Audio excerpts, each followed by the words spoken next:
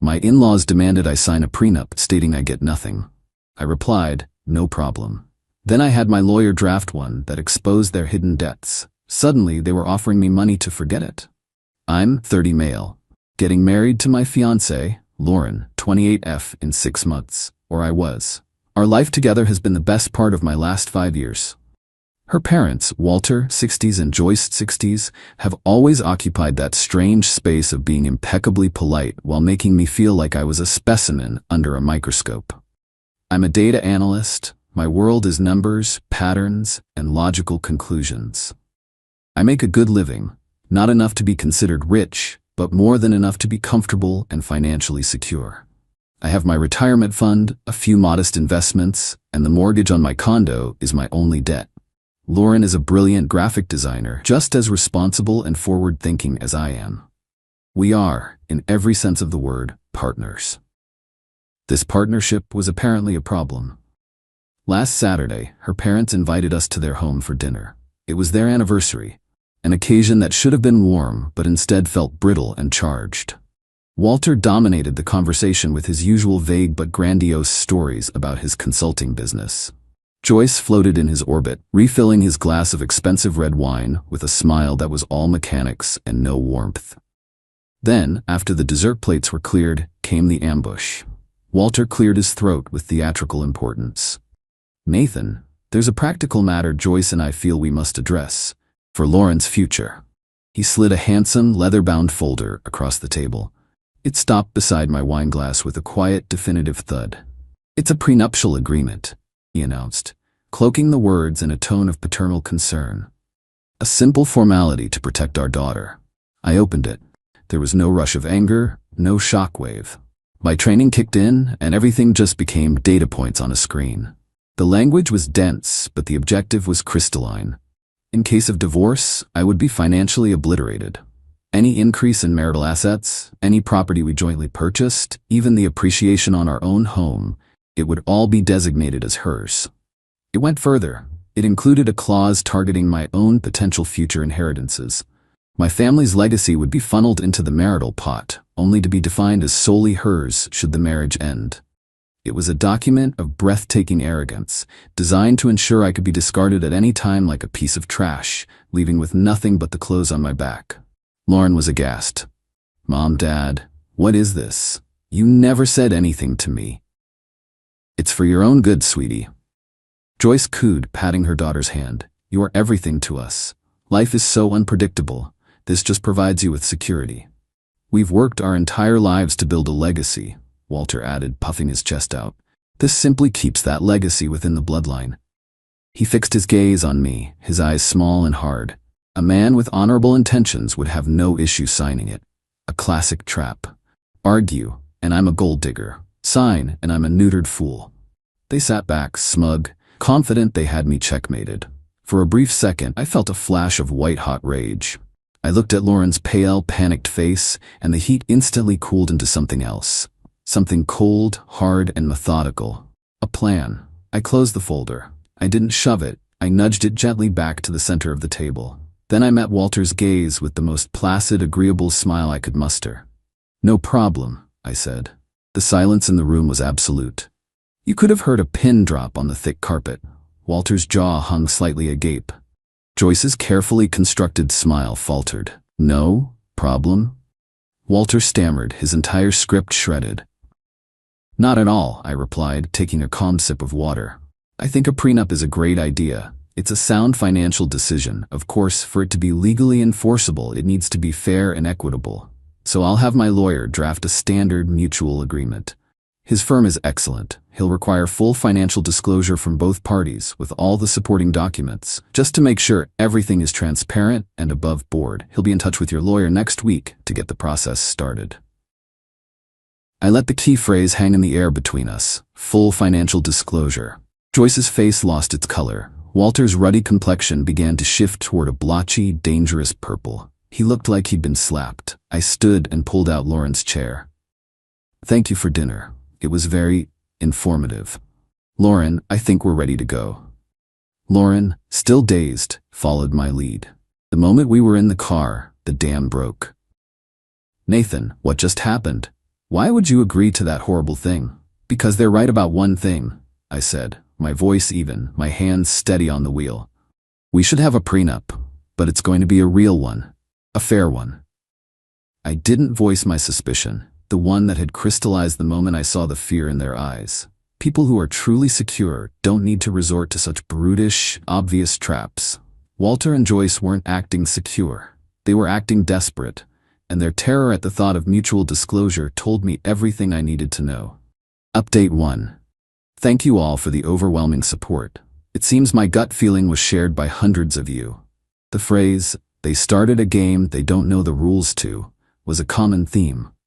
It's been a tense couple of weeks. My lawyer, Peter, is exactly the kind of person you want in your corner. Amiable on the surface, but an absolute shark when it comes to details. He drafted an ironclad mutual prenup that was eminently fair. It protected our individual pre-existing assets and laid out a 50-50 split for everything accumulated during the marriage. And as promised, it came with a standard, non-negotiable request for full financial disclosure. Certified asset and liability schedules, bank and brokerage statements, and tax returns for the past 5 years.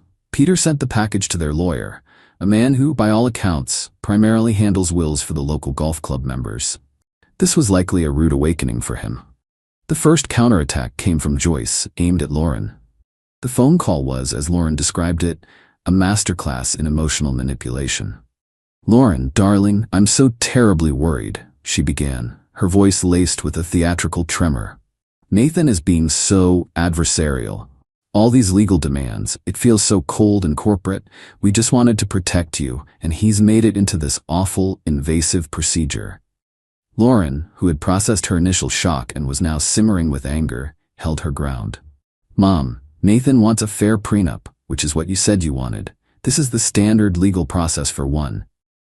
But it shouldn't be about legal process, sweetie. It's about family. It's about trust. If he trusted us, he'd sign. Why does he need to see our private papers? It's simply not right."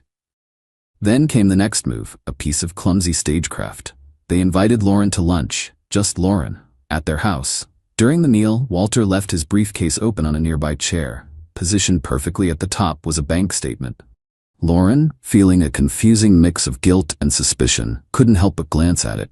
The balance was impressive, over $750,000. She told me about it that night, her conviction wavering. "Nathan, look, maybe they do have the money. Maybe they're just intensely private and we're pushing too hard."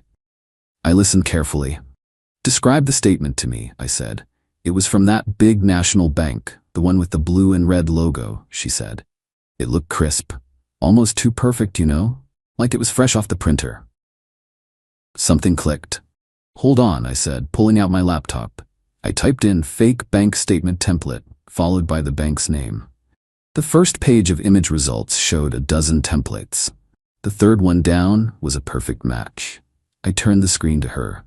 "That bank redesigned their statements 8 months ago," I said, pointing to an article about their rebranding. "They don't look like that anymore.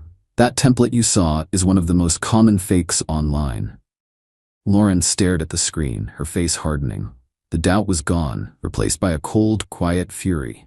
It was no longer about money. It was about the insult of such a blatant, foolish lie. The deadline for them to provide their financial documents is next Friday. Update 2. The situation has officially detonated. The deadline for disclosure came and went. In its place, their lawyer sent Peter a letter stating his clients believed our requests were unreasonable and invasive for a familial matter, and offered to provide a notarized summary of net worth instead. A single number on a piece of paper, backed by nothing. Peter informed them this was legally meaningless and would render any prenup invalid. He sent one final letter. "Produce the required documents within 10 business days, or we will assume you are withdrawing your request for a prenup." This is when Walter called me directly. No greeting, just a snarl. "You arrogant little snake, who in the hell do you think you are?" I put him on speaker for Lauren to hear, motioning for her to stay quiet. I kept my voice calm, almost bored. "Walter, I'm simply following the standard legal procedure that you yourself initiated." "The hell you are! You're on a fishing expedition. You think you're going to get your hands on my money, is that it? You think you'll find something to hold over us?" Walter, if you don't want a prenup, that's fine. Let's drop it, but any prenup we sign will be mutual and transparent. It's that simple. Listen to me, you little parasite, he seethed, his voice cracking with fury. I will not have my life's work picked over by the likes of you. You will sign the original document, or I swear to God, I will make sure Lauren sees you for the gold-digging trash you are. I will end this engagement myself. He hung up. Lauren sat there, her face ashen. He sounds terrified, she whispered. That was the last nail in the coffin for her. His anger wasn't about principle, it was about panic. The dirty tricks escalated from clumsy to cruel. Joyce began a systematic smear campaign, calling relatives and close family friends. She spun a truly vicious narrative. I was controlling, financially abusive, and trying to isolate Lauren from her family to get at their considerable estate. We found out when Lauren's beloved Aunt Martha called, deeply concerned, saying, "Lauren, honey, the things your mother is saying, it just doesn't sound like Nathan at all." This was their biggest miscalculation. They thought they could isolate Lauren. Instead, they revealed their own character. The planted statement, the bullying call, the slander, it was a pattern. It was time to stop reacting and get answers. As a data analyst, I know that many things people consider private are actually public record. I spent a Saturday evening on the county recorder's online portal. It wasn't a hack, it was just patient, methodical searching. And there it was. Not a legacy, but a landslide of debt. A massive second mortgage on their home, taken out 18 months prior from a high-interest private lender. Multiple liens against Walter's business from unpaid suppliers. I even found a record of a lawsuit from a former business partner, settled quietly out of court. The entire facade was a lie. They weren't protecting their wealth from me. They were trying to secure my future income for themselves. We were their retirement plan. The prenup was designed to give them full access to our future earnings through Lauren, while ensuring I had no claim and could be easily discarded. I printed everything out and placed it in a plain manila folder. It felt heavy in my hands. I had the truth. Now I had to show it to the person it would hurt the most. Update 3. Last night, I sat Lauren down on our sofa. I placed the folder on the coffee table between us. "I found some things," I said softly. "You need to see them. I'm so sorry." Her hands trembled as she read through the documents. I watched a storm of emotions pass over her face, confusion, denial, and then a slow, creeping horror that stole the air from her lungs. She looked up at me, her eyes wide with a deep, shattering pain. "This can't be real. It's all public record," I said gently. "Peter verified it. This is why they're acting this way. This is why they're lying to everyone. They're broke, Lauren. The business, the legacy, it's all just smoke." She didn't weep. Something colder and harder took its place. She stood and walked to the window, her back to me. "The lies," she said, her voice hollow. "The way they spoke to you, the things they said to Aunt Martha." She turned around, her face a mask of stone. "They tried to destroy you to cover this up." She picked up her phone. "I'm calling them. I want to see them. In that dining room, tomorrow." The atmosphere in her parents' home was thick with dread. They were sitting at the same dining table, looking wary but expectant, as if they were about to receive a formal apology. Lauren didn't say a word. She simply placed the manila folder on the table, right where the leather-bound prenup had sat. "What's this?" Walter asked. "Your legacy," Lauren replied, her voice devoid of all warmth. Walter's face went from ruddy to a sickly gray as he saw the documents. Joyce leaned in, let out a choked gasp, and put a hand to her chest. "Where did you get these?" Walter hissed. "Does it matter if they're true?" Lauren shot back, her voice finally cracking with the force of her pain. "Are you drowning in debt? Have you been lying to me my entire life?" Joyce burst into tears, not the soft, manipulative kind, but harsh, ugly sobs. "We did it for you, Lauren. We had some setbacks. We just wanted to make sure you were always taken care of. By ruining the life of the man I love?" Lauren was on her feet now, her voice ringing with betrayal. "By trying to trap us, by slandering him to our entire family? You talk about honor, about integrity. Was any of it real? Or was it all just a performance to hide this?" Walter slammed his fist on the table, a pathetic echo of his former bluster. "You watch your tone. We are your parents." "And you are liars," she cried. "You tried to break us. You tried to poison everyone against him for this, for money." Walter's face contorted with impotent rage. He pointed a trembling finger at me, then back at his daughter. "If you walk out that door with him," he sputtered, "don't you dare come back. You're choosing a snake over your own blood." Lauren let out a short, bitter laugh. "You made that choice for me a long time ago." She turned and walked out. I followed, closing the door behind us on the wreckage of her childhood. Final update.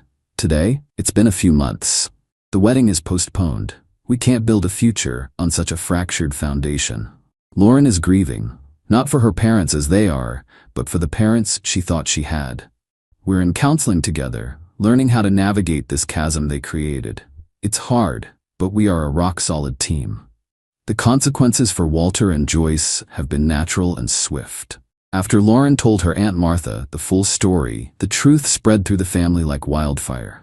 The sympathy Joyce had cultivated through her smear campaign instantly curdled into disgust. They are now socially isolated. The supplier lien turned into a full-blown lawsuit that, from what we hear, is gutting what's left of the business. Their final, pathetic attempt at manipulation came last month. Joyce didn't call me. She called Lauren. Lauren recounted the conversation to me later, her voice flat and weary. Joyce was crying, of course. She said the stress was giving her heart palpitations. She said Walter couldn't sleep, that his business was collapsing, and that it was all because Lauren had let me drive a wedge and air their private laundry in public. She was trying to make Lauren feel responsible for the consequences of their own actions. It wasn't a bribe, it was an invoice for her guilt. Lauren let her finish her whimpering monologue. Then she said, in a voice as calm and as cold as ice, "My choices didn't cause this. Your choices did. You lied. You cheated. You tried to hurt us. The consequences are your own. Do not call me again." She hung up and blocked their numbers. I don't feel a sense of victory. There's no joy in this, only a profound sense of sadness for the woman I love and the family she deserved. My revenge wasn't some master plan. It was simply insisting on the truth. I held up a mirror, and they shattered it, rather than look at their own reflection. We are moving forward. We are building our own legacy. It will be smaller and quieter than the fantasy Walter and Joyce pretended to have, but it will be built on a foundation of unshakable honesty. And it will be ours.